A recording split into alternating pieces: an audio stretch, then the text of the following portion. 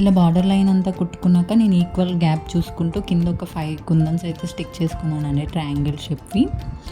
ఇవన్నమాట నేను మీకు మెటీరియల్ లిస్ట్‌లో చూపించాను కదా అదనమాట. అండ్ పైన కూడా సేమ్ వాటి మధ్యలో వచ్చేలాగా ఇంకో 5 అయితే స్టిక్ చేసుకున్నాననమాట. అండ్ ఇప్పుడు అవి మొత్తం బాగా అతుక్కున్నాక తర్వాత వాటి చుట్టూ నేను షుగర్ బీడ్స్ అయితే స్టిచ్ చేశాను. ఇందులో చూపిస్తున్నట్టు ఒక సైడ్ 5-6 బీడ్స్ అయితే పడతాయండి. అంటే ఒక సైడ్ 5 ఒక సైడ్ 6 అలా మొత్తం కవర్ అవ్వడానికైతే. చూస్తున్నారు కదా ఇలాగనమాట. ఇలా మొత్తం అన్నీ స్టిచ్ చేసుకోవడమే.